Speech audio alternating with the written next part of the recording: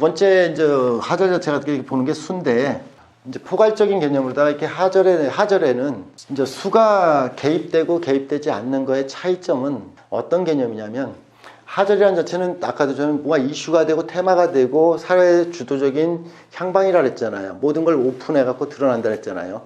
수가 있으면 그걸 갖다가 통제 가능하다는 뜻이에요.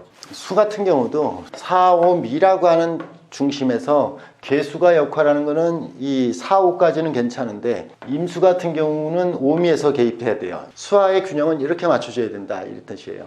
여름생이라고 하는 거에 수라고 하는 것을 갖다 궁극적으로 다 얘기할 때는 결국은 현명하게 이 상황에 맞게 행동할 줄 아는 지혜예요. 그래서 선생님들은 여름생 자체의 수를 갖다 볼 때는 수가 투관된 사람들, 요 지혜로운 사람인데, 항상 비준을 볼 때 화가 투관되고 수가 같이 결합되어 있는지를 갖다 겸해서 봐라, 이 뜻이에요. 그러면 이게 두 가지 다 투관되어 있다, 이렇게 선생님들이 일단은 항상 생각하기를, 수가 이렇게 지지에 근이 있는 게 좋으냐 근이 없는 게 좋으냐, 뭐 이렇게 또 얘기할 수 있잖아요. 저는 그래요. 이 수화에 대한 개념 자체에서는 똑같아요. 겨울생이 자축월령생이 보통 개수가 이렇게 투관돼서 있고 병화가 있을 때 굳이 지지 사화까지 이렇게 겸해서 있는 것보다는 천간에 병화 한 글자만 있고 지지사화는 없어라, 이렇게 전 얘기해요. 화세가 너무 왕하게 되면 너무 앞서 가려고 하는 성질이에요. 그러면 수도 있잖아요. 투관돼서 허약하게 있어라, 지지에 근이 없어라. 지지에 근이 있게 되면 이 가능성을 무한히 열어가야 될 화가 벌써 뭔가 한계를 규정짓고 얘기해 간다는 뜻이야. 원칙을 정해놓고 이 수가, 그럼 원칙을 정해놨으면 이미 성장하는 데는 한계가 있다는 뜻이에요. 이미 그 상황을 올라가질 않아. 그 지지에 근 많이 만들면 사람이 굉장히 낮은 곳에서 안분자족하려고 하는 성질로 나타나요. 천간이 뜨지 않고 지지만 있더라도. 네, 지지만 있어도 그래요. 벌써 이렇게 돼갖고 여기에 이렇게 해수가 이렇게 있어버리면 직급이 올라가는 데 한계가 있어. 이미 격이 큰 게 아니고, 선생님 격이 좋나요? 그 격 보려고 하는 격 투관에 대한 걸 보지 말고, 수가 이렇게 있으면 이미 규정됐구나. 그러면 딱 그만치만 이래. 이게 어떻게 나타나냐면, 이렇게 수가 이렇게 근이 있으면 더 이상 하면 내가 큰 손해를 입었다는 생각이 들어. 이게 수가 그런 뜻을 말하는 거예요. 그래서 조금 이렇게 사회적인 향방의 저명 인사들 같은 경우나 팔자를 보면 되게 수가 희미해. 임수가 이렇게 있어서 여기 4월 이렇게 됐어서 이게 수가 약해서 뭐 어쩌고 좀 없으라고. 이거 1점 없는 게 훨씬 더 낫다고. 신약 제다 신약 어쩌고 저쩌고 얘기도 하지 말고 그냥 수가 허약하게, 이게 지금 음양 얘기하는 거예요. 수국화에 대한 음양 얘기인데 허약하게 있는 게 훨씬 나아. 근데 선생님들은 수가 있어서 못 올라간다고 생각하지 말고, 그 사람이 하는 걸 보면 딱 그만큼밖에 일 안 해. 그러면 지식에 대한 향방 자체를 갖다가 생산을 갖다가 하는 게 아니라, 지식을 갖다가 내가 갖다가 쓰는 사람의 고정적 틀이 있다는 뜻이에요. 그게 수가 투관돼서 근이 있다는 얘기는.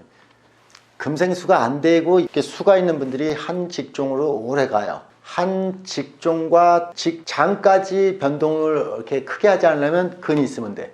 그래서 선생님들이 여름에 태어난 사람이 벌써 운에서 임자대운, 계해대운 이렇게 수가 왕하게 들어오게 되면 이미 이제 고정적인 게 들어와서 큰 변동 없이 유지된다는 뜻이에요. 안정돼 가기 시작한다는 뜻이에요.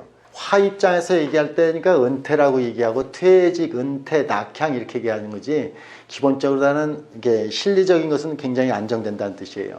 근데 팔자에서 이미 화라고 하는 개념의 수가 너무 안전지향적인 것을 갖다가 구하려고 한다는 뜻이야. 이게 미월에 이 수가 지지에 해수, 자수 이런 근이 팍 내려오니까 뭐 하는 거냐면 그냥 이만해서 결혼하자. 근데 이게 만약에 이 임계수가 근이 안 들어오면 내가 쟤하고 결혼하는 건 손해 같은 생각이 조금 들어와. 내가 좀 더 괜찮은 사람 만날 수 있는데, 이런 생각이 들어올 거란 말이에요. 수가 내려왔으니까 그 결정을 한다는 뜻이요. 그러면 이거 수가 건드려지는 화가 들어올 때는 마음이 들떠갖고서 괜히 결혼했다 생각이 들죠. 수가 내려오니 이만하면 됐다고 생각하죠.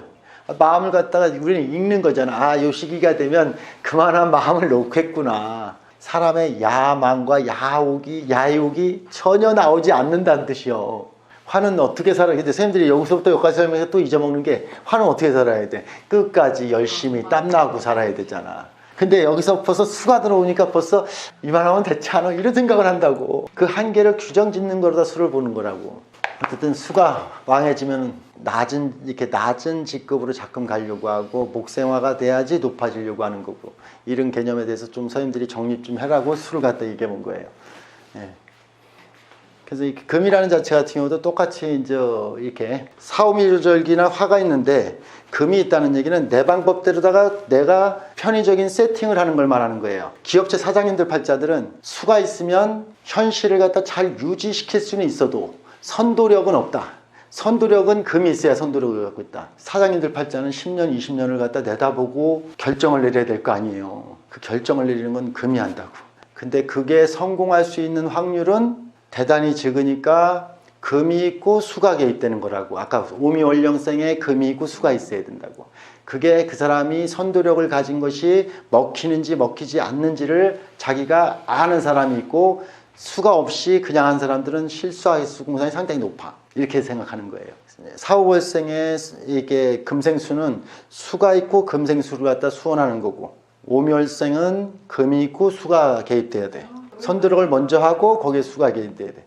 근데 대개 이 순서가 선생님들이 실제 배합을 보면 다 반대로 돼 있어. 보통 사람들은 항상 이렇게 됐을 때 이게 왕해야죠. 이건 쇠해서 지식과 전략을 그러다 쓰는 거지, 이걸 갖다가 주체를 바꾸지 말라는 뜻인데, 이기가 바뀌었다는 얘기는 대개 금수가 너무 왕해. 대개. 그러면 이 선생님들이 헷갈리는 게, 실제 이렇게 하절생이 금수가 왕한 사람들이거든. 난 부잣집에서 태어나는 게 더 좋아요, 내가 좀 자수성 가는 게 더 좋아요. 이렇게 하면 자수성 가려면 목생화가 돼야지.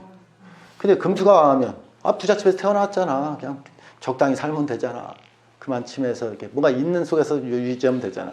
그래서 크게 이렇게 만들어낼 필요가 느껴지지 않는 이런 걸 갖다가 이렇게 생각할 수 있지.